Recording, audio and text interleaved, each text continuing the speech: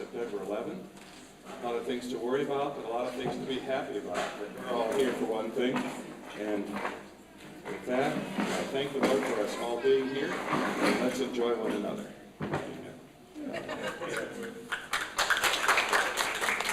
To start the reminiscing, I want to say some of the things that I remember about Grandma and Grandpa.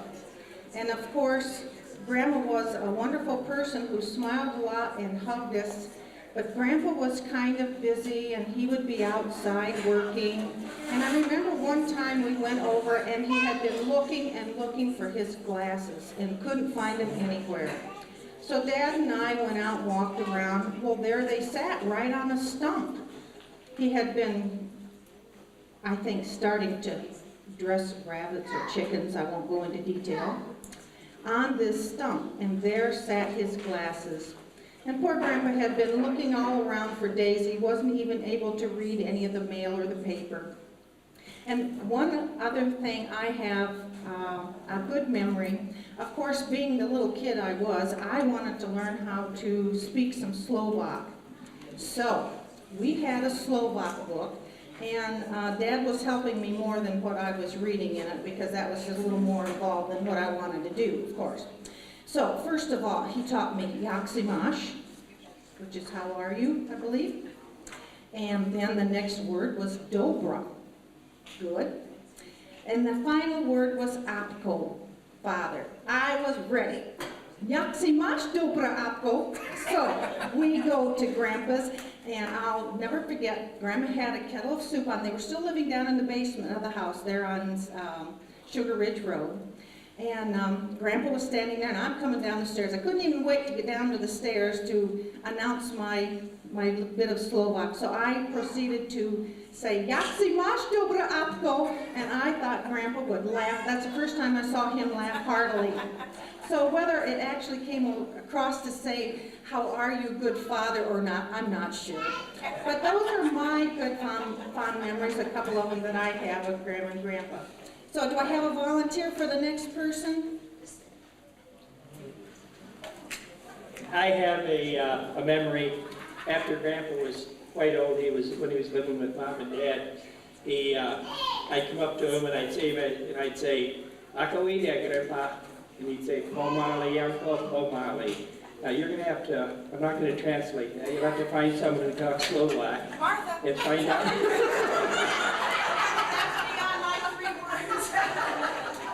I'd ask him how he's doing, and he'd say, "Slow, John, slow." So, but that's one of my memories of him.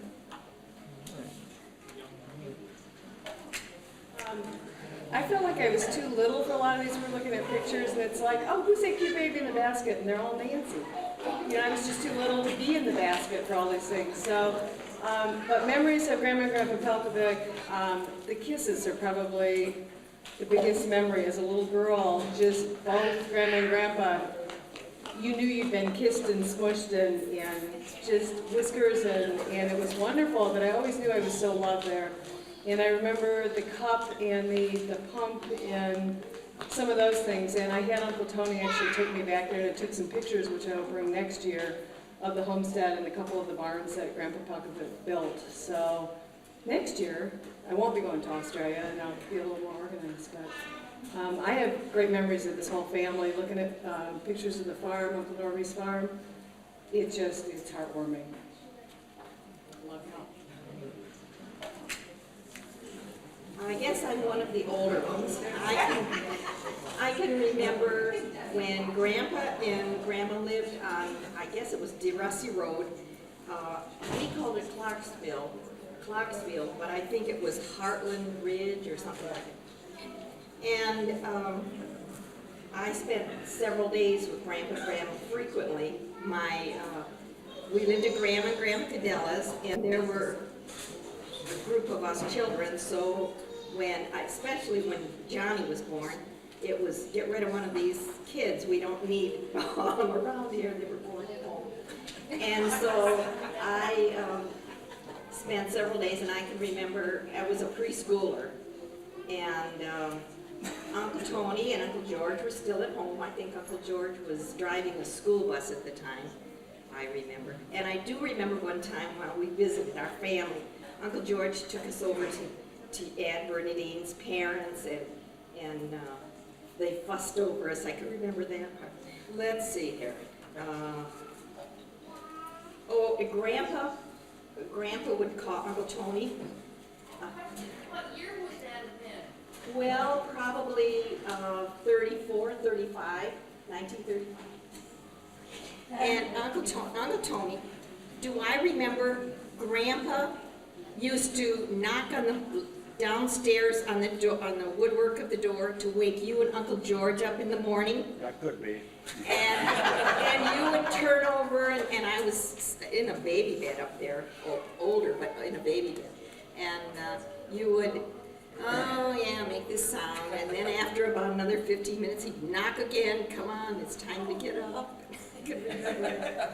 I remember learning prayers in Slovak at Grandma Palkovic's knee, and Audrey, who remembers Audrey, our cousin, and the kerosene lamps. That was in Clarksville. And Grandma would cut up apples, put them in the warming oven to dry, and she would hang them in a cloth bag, and she would get those out. She'd get a handful of those, and that was a treat. Okay, let's see.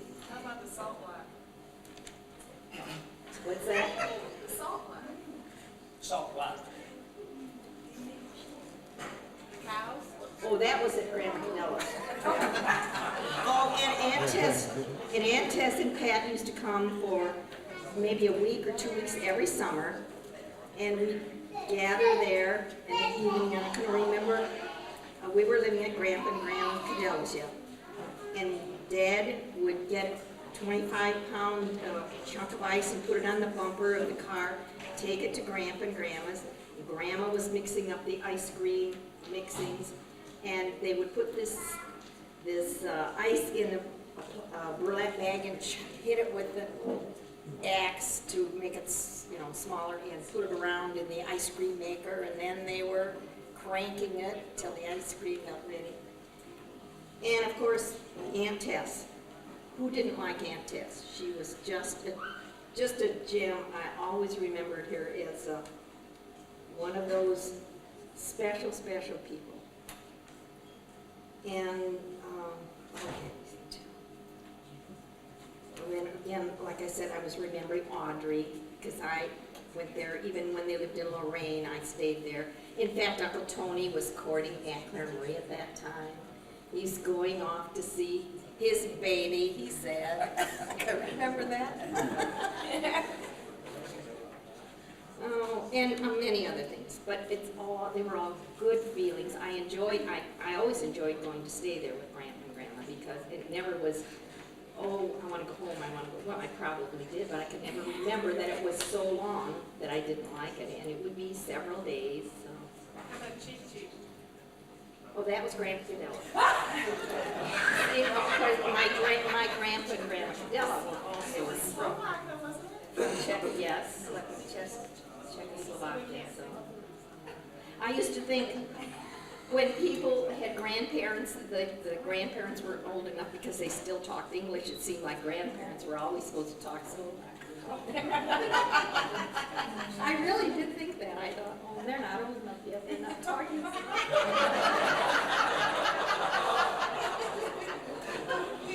But it was, and I loved the way my mother and her family had such good relationships all the time. Never heard her say anything. I mean, she had to have a tough childhood, moving around and things like that. But it was always good things. Always good things. Someday, I might get through that.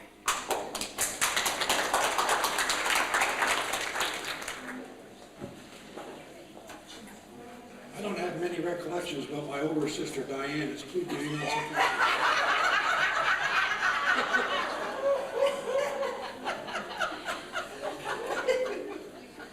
To put things in perspective, I was born in 1938. my earliest memories of the extended family would be in the early war years when Uncle Tony lived with his parents in Lorraine. And I remember at the point that he and Aunt Mary were married, but I was pretty little at that point. And I remember the grandparents then moving into North Ridgeville, one house, and then on Sugar Ridge. Some of you may remember that in 1950 was the golden wedding, wedding anniversary. And we all turned out, and that was in the house, and that was a great, at least for those of us who were around at that point, that was a great celebration. As a kid going over there, a couple of remembrances. Grandpa always liked his soup pretty hot, with a lot of pepper in it.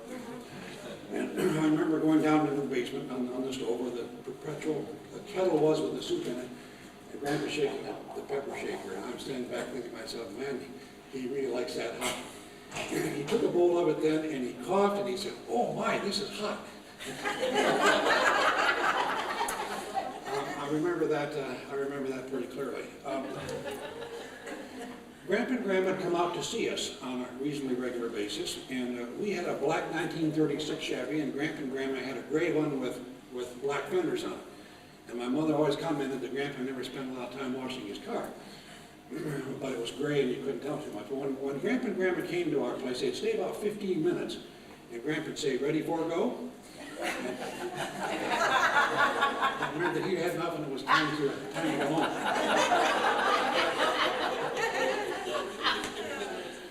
Now, one of the things that I regret, and Diana and I have talked about this a little bit, my mother spoke very fluent Slovak. However, in our house, we did not speak Slovak. And so there are a few phrases, like Martha learned, that we learned just to communicate, and I suppose be kind of cute as we communicated with our grandparents. My view is that the language barrier probably hurt the relationship that we had with our grandparents because we were not able to communicate very effectively, and I regret that. In those days, speaking a language, the mother language, was viewed as a sort of second-class citizenry, if you will. Today, people who can speak two or more languages, that's great. And I regret that kind of environment wasn't the case when we were growing up. My mother died at the age of 46 in 1958, and my grandparents grieved with that death. That was not the first child they lost, but when parents bury a child, it's difficult. I was 20, Diane was 19. We sort of went on our own, and his Grandpa and Grandma went on into the twilight years, into the early 60s, and lived with Aunt Marie and Uncle Joe, and Johnny's reflecting that very clearly. The one thing that I remember pretty clearly is that, of course, Grandma predeceased Grandpa, and Grandpa was heartbroken after Grandma's death, and he didn't live too long after that. And my sense is that they had a very close marriage. And Grandpa and Grandma had a good family, and that's what this is about. And I think we have to rejoice in that. Thank you.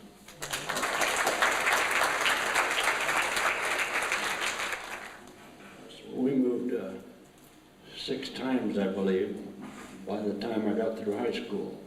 My dad was a true pioneer. It was out there somewhere was a better place to go, and we did go. Well, I just want to say I'm so glad to see all of you here. It's so nice, and I want to get around to talk to all of you. And I think I had a speech all fixed, but I forgot what it was. So I'll just end with saying, дай Боже здравия.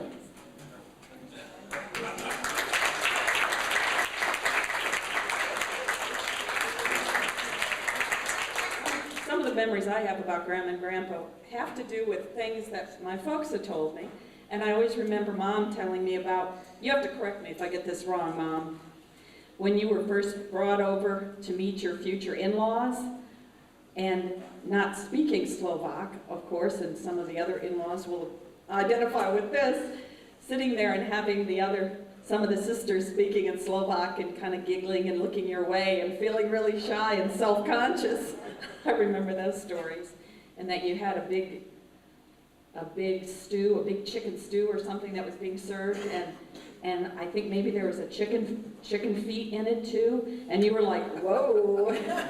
you hadn't had that, so you didn't quite know how to react to that, but she was happy to marry into the family. That's about all I'm going to say right now. Who's next? Well, I didn't wear fingernail polish very much, but this one day I did have red fingernail polish on, and Grandma had been making butter, and I was to help work the buttermilk out of the butter. And I must have been in there with my bare hands because some fingernail polish came off. And I thought, oh, she's gonna kill me. But I don't think she ever realized that hopefully I picked those pieces out of the butter. And then, let's see, of course I couldn't understand Slovak, and George was all too willing to tell me what his mother had said, but I remember she commented on my long teeth. And I think maybe my teeth were long because I think hers were rather short, little stubby teeth. I think maybe I better quit right now.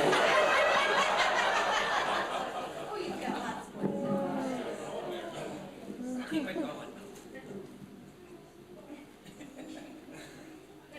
You're doing good. I can't think of anything that I want to talk about. That's enough. This is funny, and this was long before I got in the family, when I think they maybe lived in Michigan, and Tony and Kit and George had gotten their shoes wet, and they went in the house and they put their shoes in the oven and forgot about them. And then when the fire got going good and the shoes shrunk real good, they were remembered. So I think the shoes were ruined. But anyhow, I thought that was kind of amusing.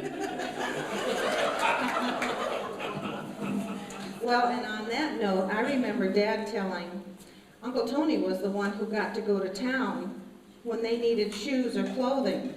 Well, as you all remember, my dad was a little on the short side, and Uncle Tony soon got as tall as he was and passed him up. So this one time, they went to the town, bought a pair of shoes for Uncle Tony and another pair for Dad. Unfortunately, my dad hadn't grown as much as Uncle Tony had, and the shoes were too big, and he had to stuff them with paper to keep them on. So that's kind of how things were done. Well, my darling little brother has already done such a good job telling all these stories. But he forgot to tell you, though, we might be the only family that learned this Slovak song. And when we would go on trips, the whole family would sing, Sad lamushka, nan kanare gotrial stala, that. I know I'm murdering it. And then a couple more phrases, and then it ended, Salya salak, that. And we would sing it like quite the troubadours. So that was just a little fun thing that our family shared along the way. I'd also like to pay tribute to Aunt Bernadine and Aunt Clemarie and Uncle Tony. It's special to me that my girls have said to me that they like coming to this reunion because seeing Uncle Tony is the link to my mother that they never knew. And so we all have such special ties today. And the phrase that we learned, Yata Lubin, I love you. Yes.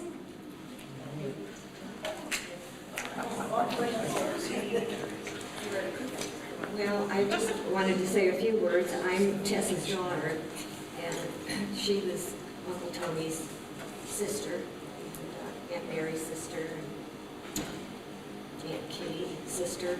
And my father died when I was 4. We lived in Michigan. And from then on, almost every summer,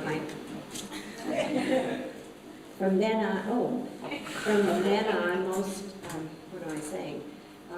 We would go and spend the summers, part of the summers, on the farm with Grandpa and Grandpa Palkovic. And to me, it was just like a wonderful world. I just couldn't believe. And there was a dog, I forget what his name was. But anyway, I remember a number of things, and one was when I was 5, Uncle Tony would put me on the horse, and while he was plowing, I would ride the horse, and the sky was blue, and the sun was out, and he would sing, and it was just such a wonderful feeling for a little girl. And he's always been the kind uncle that I remember him as being, and I'm sure the same as a father. And I remember when Grandma and she gave me the wet kisses with the sprinkly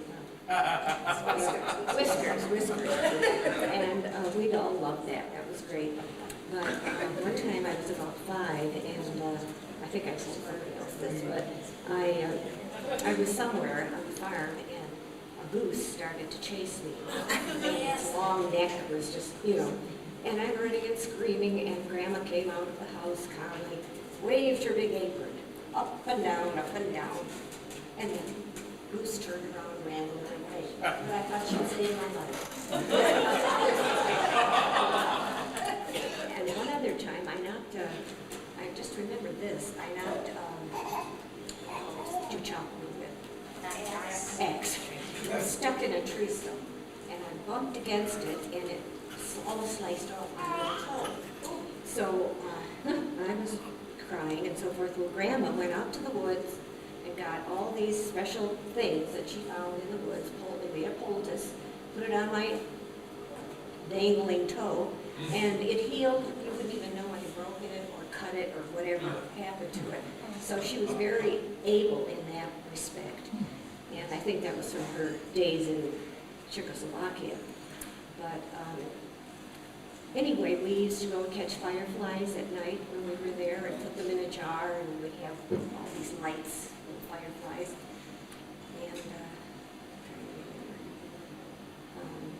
And I was telling somebody earlier that when we go to visit Aunt Kid, my mother and Aunt Kid, we spent some time on their farm every so often, and when we washed our hair, my mother and Aunt Kid and I would sit on the back porch under the sun, and that was how you washed and dried your hair, and they talked, and I listened. They just talked, and it was such a special treat for me. I don't know why that is, but it was.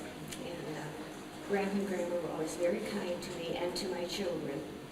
And Nancy got to know Grandpa and Grandma Palkovic much more than any of the others, because she was 7 or 9 when Grandma and Grandpa died. And so she used to go down and spend time with my mother on the farm and had her little hoe and whatever Grandma would give her to live with. And what can I say? I felt very blessed to be in this large family, which, because I was an only child and came from a smaller family. And my mother loved everyone in Ohio. When we came down, she just couldn't wait. And I remember she had a little bag, like a bag with a handle, and I think she would always pick up a little toy or something for the children. And she just loved to do that, and whatever.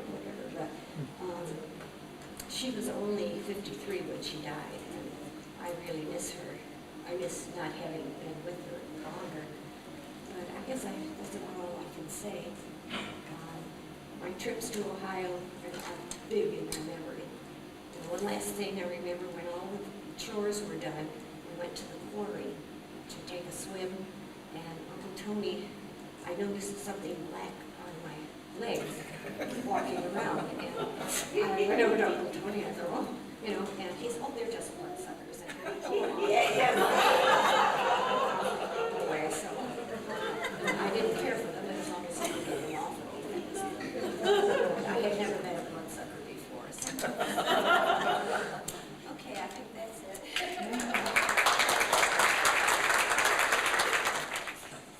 Okay, I feel very fortunate. Again, like Mom said, I was 9 when Grandma Tess passed away, but it's like I was old enough to have so many memories. Actually, I said to, I believe, to Rick last night, that coming to Ohio and being with second cousins and great aunts and uncles and grandparents and great grandparents had far more meaning than spending time with 3 first cousins in Michigan. And again, it's family dynamics, but I remember, like always, every trip that we took was special. And going, even crossing out of Toledo, we called it the Singing Bridge. And you knew that once you crossed the Singing Bridge, we were not almost there, but you felt like you were almost there. Grandma and Grandpa, Grandma Tess would bring me, and we would spend maybe a week or 2 weeks. And I remember going to Mass with them, and I actually just recently found a little tiny box that says My Rosary. And it was a rosary that was given to me probably by Tess, so that, because we were raised Methodist. And I remember trying to put it over my head, thinking it was a beautiful necklace, and being told very sternly that it was not to go on my head.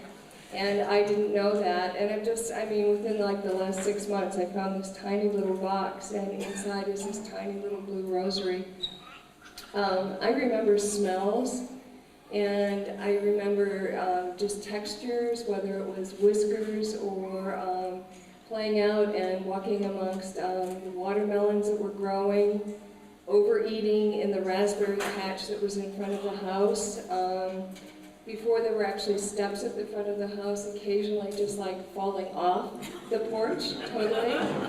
And always, I guess, marveling that the upstairs was almost like a museum, because it never seemed like it was used. Like all the activity was downstairs. You know, the stove and the smells and where you sat. And I remember that, I don't remember cows. I remember rabbits. I don't remember any cows, but I know that for a beverage, they would give me coffee. It must have had probably half a cup of sugar. I mean, you know, like I probably could have stood up like this. Incredibly sweet. Lots of cream, or a very light beverage, but I would sit, and that would be like the beverage that everyone had. And just, I still make cabbage soup. It's a recipe that Tess taught Mom, who taught me, and I've passed that on to my daughters. And just lots of love, an incredible amount of love within the family, and I think we all agree. I'm sure the people that I've talked to today, that as you get older, it's like you come full circle, and that family has so much more meaning, and it's a special meaning, and it's wonderful not only to know that you have roots, but to actually be able to share with those roots. So, those are my memories.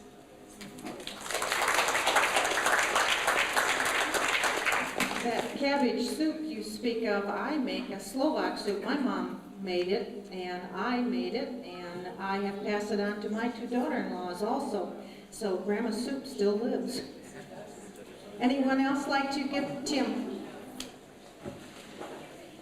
One of the early memories I had was when they were in the house on the main road in Ridgeville, the older farmhouse, going down there, and Grandma stretching this stuff over this block, and this strudel. It had raisins and apples and cottage cheese in it. It was great stuff, and then cooked on was really heavy and tastes good with all this crust in the middle. I wish I knew them better. There was the language barrier we talked about when you were talking, Dave. Yes, it's that language barrier that's a disappointment, because I know my mother's parents so much better than Grandma and Grandpa. But it was a strange and wonderful world for me to go there, because my dad was the youngest in the family. We'd go in this front room, and they would have this great picture of Jesus in the Garden of Gethsemane, weeping. Plaster dogs with glitter looking at us. And then if I would get bored with the conversation, which was in Slovak, I thought it was an amazing thing in itself, I would go in the little sun porch, and they had plants that were exotic and strange too. There was something called the Wandering Jew. And there was another plant that wept tears. And the big hard things, I don't know what you call it even, you put my finger on it and could taste the sweet nectar from this plant.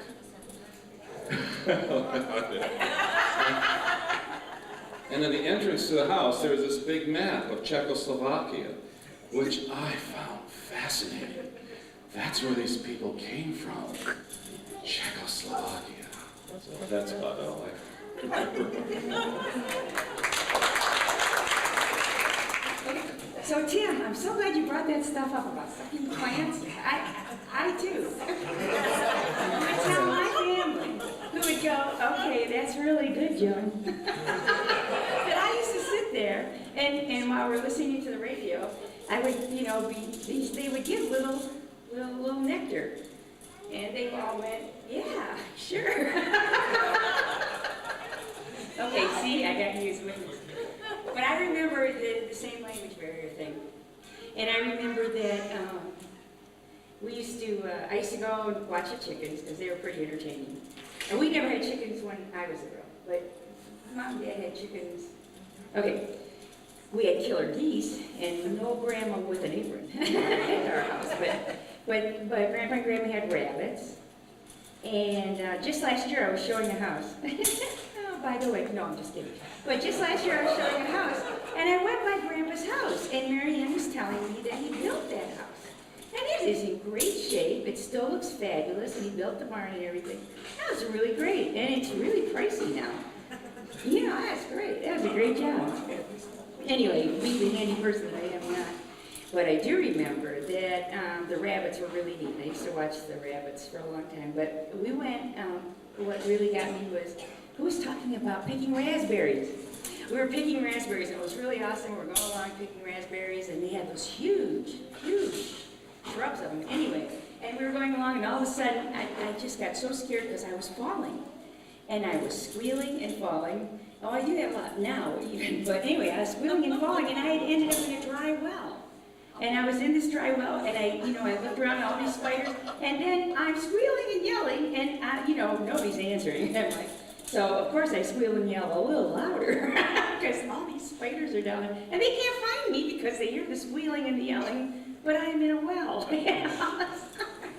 Okay, well, as you can see, they found me, but it was really neat there. And I guess, did Grandpa have a smokehouse or something where he would hang meat or salted meat or something? Well, I know that too. No, I'm just kidding. But he had something where he smoked meat. Yeah, that was really cool. Because I was only used to a refrigerator. So, but Grandpa did that, and it was really neat. He always used to, I think I learned the term because when I knew Grandpa, he was, quite along in years, probably about my age. But he would putter, and he would go around and take care of things and fix things up and everything. It was really pretty good. And Grandpa and I also got in a car wreck, so that was kind of exciting. Dad and Grandpa and I were in a car wreck. I think we were pulling out of Grandpa's yard. And then the next thing I remember is a nurse saying, "It's just going to feel like a mosquito bite." Oh, that was, last time I trusted them. But anyway, so it was really great. It was really nice being there, but it would have been nice if we could learn the language. Because I think Grandma Palkovic was a hoot, because she was laughing and always telling stories, and I think that would have been great, to share that. So, yeah, they were fun. Thanks.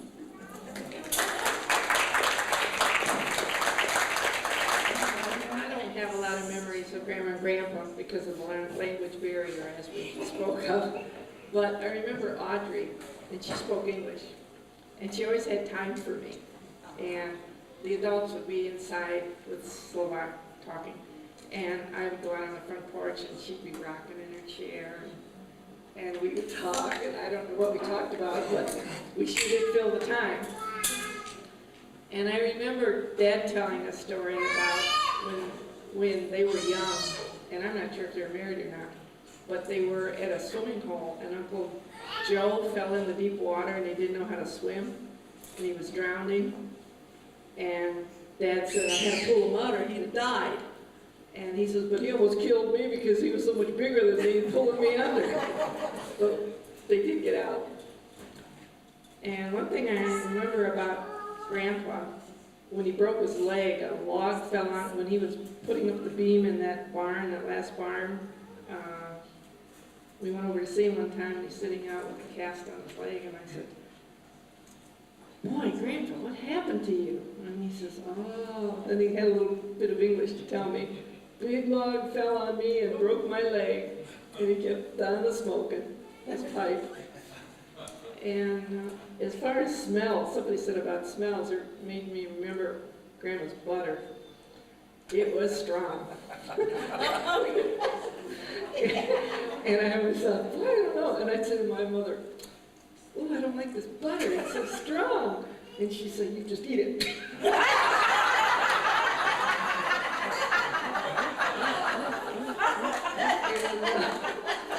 And her bread was so good. Grandma made very good bread too.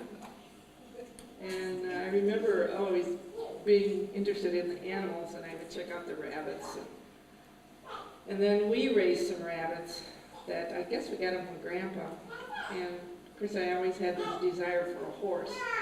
And grandfather had this goat that had some kids. So my father says, "Wouldn't you want to have a goat?" And I said, "Goat? You can't ride a goat." And they said, "Yeah, but we'll harness break it and we'll make a wagon." So we did.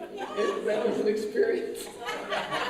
The plan was, Dad had this beautiful harness for the goat, and he took the tongue off the steel wagon I had, and he made shafts, and I had a little friend next door named Norman, and my dad says, "Now we're gonna put this harness on the goat, and she's probably gonna run." It was a pretty wild goat. So we're gonna direct her right in your direction, and when we come by, you jump in the wagon. So he jumped, but he missed. So my dad says, "Try again, try harder." So he brought the goat around, and next time he jumped, and by the time the goat started, he stopped.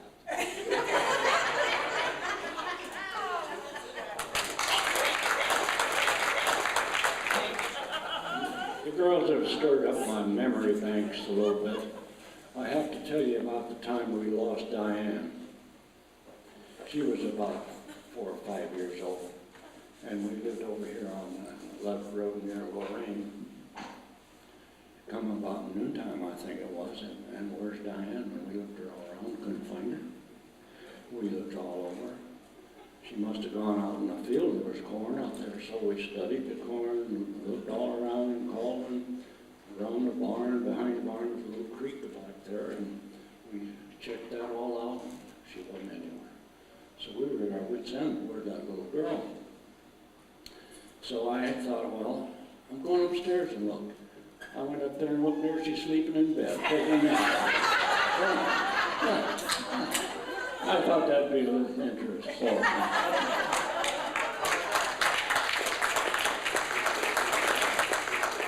I guess all you know that Grandpa Palkovic was quite a carpenter. And when our barn blew down in the hurricane in '42, he came over probably 5 or 10 years later and built a new barn. And fortunately, I had a chance to work beside him and learned quite a bit about the carpenter work and things, and which I've used since. So, and I was fortunate enough not to have the language barrier because I could speak Slovak with, when we lived with Grandpa Cadella. I learned till I was 7 years old. 7 years old, I think I could speak Slovak better than I could English. And I still can't speak too good English. But another theory I came up with Uncle Tony said something about we moved 6 times when they stopped, in Vermilion and lived there.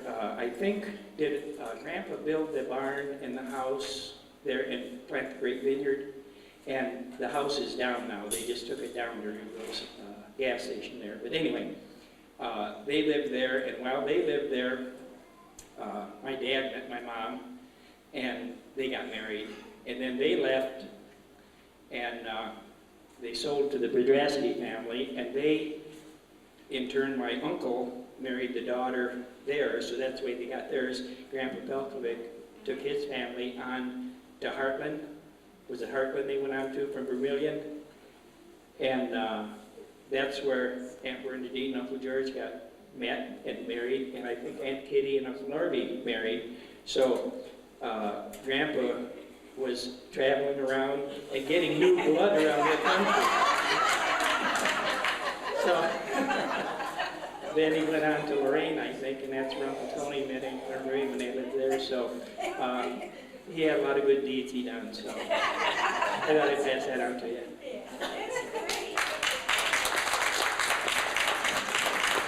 I just should mention that today is my parents' 59th anniversary.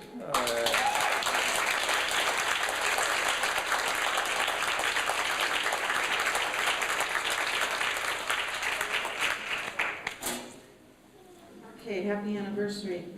One little thing I want to add before Janet has something too. Tom reminded me of the time Dad would tell when he was a little boy. I don't know how old he might have been, but I think he mentions on the CD, on the tape, doing this, the little goslings would be running around and he would pick them up by the neck and watch their legs kick, kick, kick until they stopped kicking.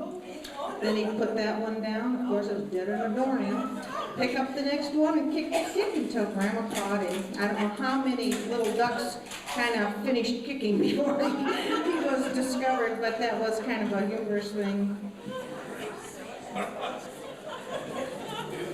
I don't have too many memories, but one that really is fresh in my mind is when we did go to Grandma and Grandpa's on, over here in North Ridgeville, we would pull the driveway, and on our left were the grapes.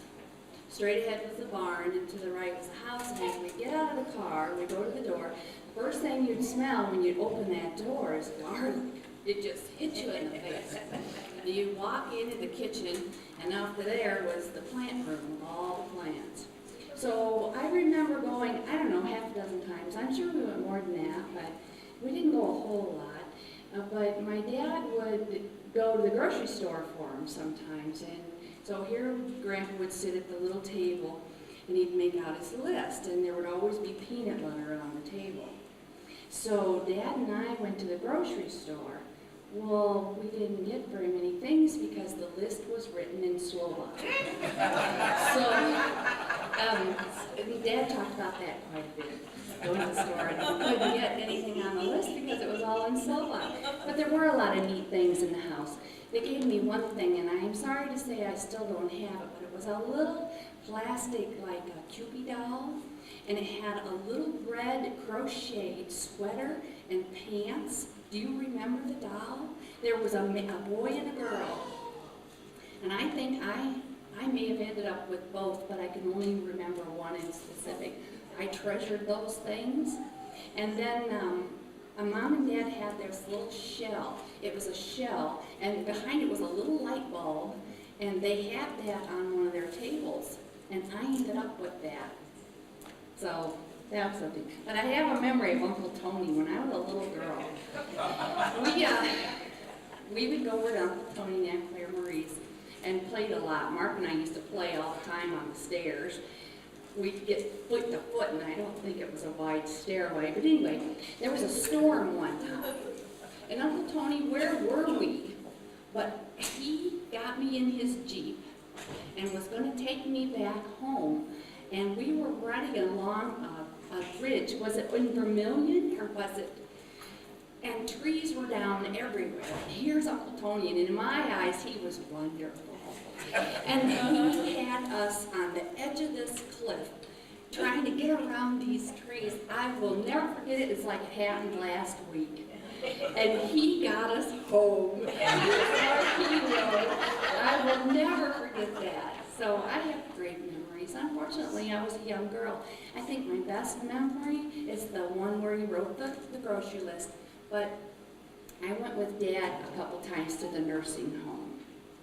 And that's really fresh in my mind. Grandpa was in diapers at the end, and for an 8-year-old girl, that was just, something. But before that stage, he wanted to go out of the nursing home and feed the rabbits. He thought he was still at the farm. So those are my really only memories, but the smell of that garlic, I'll never forget it. That was also the smell of onions and celery. Because we had a refrigerator once that we got from Grandma Palkovic, and it smelled of celery. That's all I remember, and ever. It only smelled of celery. As for the dolls, I gave those to Donna and Joe. They weren't mine to give, but I gave them to Donna and Joe. Grandma used to call me Cut Cut. And then she'd just laugh so. And Dad and I loved to cut things up, whether it be paper or fruits and vegetables. I just loved to cut things up. And Grandma called me Cut Cut, and Dad would always sound so disgusted. Well, that's right, that's a perfect name for her. Cut, cut, cut, that's all she ever does. I remember after she lost her leg, she was in the wheelchair still on Sugar Ridge Road, and we pushed her out across the driveway, and there were a couple fruit trees. And Grandma, who I thought she couldn't see anything, she pointed down to the grass, and it was a tiny little wild strawberry, and she wanted me to pick it for her so she could eat it. And I says, "Oh, Grandma, that one's rotten." And she snipped off the hull and ate it. She just smiled so big at me, and I thought, the poor old woman. She's turned her eat rotten fruit. But anyway, those were the big things I remembered. There are other reminiscences I have also, but those would be of other families playing house upstairs at Uncle Tony's. God, I loved that house with the room with the kitchen. That was just so much fun.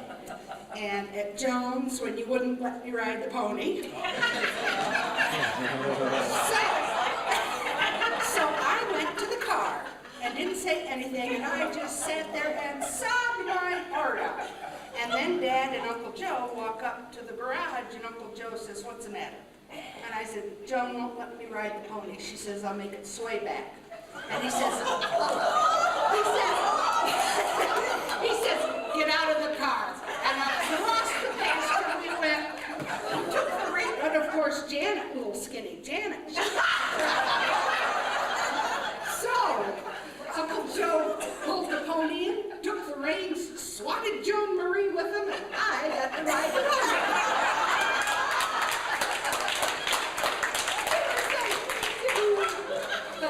I remember going with Dad when he would shave Grandpa at your mom's. And Aunt Mary was always so sweet to me. I mean, I just loved our quality time. I think he must have been away at school or something, I'm not sure. But sat in that little tiny kitchen, and she was washing up dishes and wiping off the counter and stuff. And you always had the Catholic calendars there with the saint on the, and not being Catholic, I wasn't sure one saint from another. But it happened to be St. Catherine. And I always had a cough, but I always had allergies. And so I remember Aunt Mary showing me that my patron saint would be St. Catherine. And she told me, "It's not the cough that carries you off. It's the coffin that carry you off." And then I'd go in and visit with Grandma and sit in her wheelchair and wheel around that little teeny tiny room, and she'd just lay on her side and smile at me. And she must have thought we were simple kids.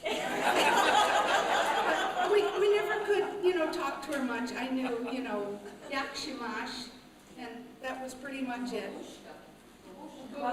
Yeah, well, everybody knows that one. Dad used to tell, too, about when he was a young kid. He and Uncle Tony were very good runners, and Uncle Joe was such a good runner. And they would have foot races. And Uncle Joe, for his size, was getting ahead of Dad and Uncle Tony. So Dad put his hand in Uncle Joe's pocket. And it made Uncle Joe mad, and then he couldn't run as fast, and Dad would start to laugh, and Uncle Joe would just pummel Dad.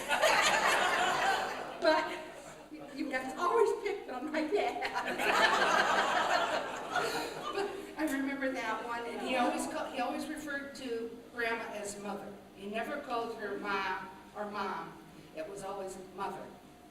He did call Grandpa Dad, and Grandpa was so sweet. He had patch after patch upon patch on his pants, even on his shoes. I think he enjoyed sewing. See, that's where I get it.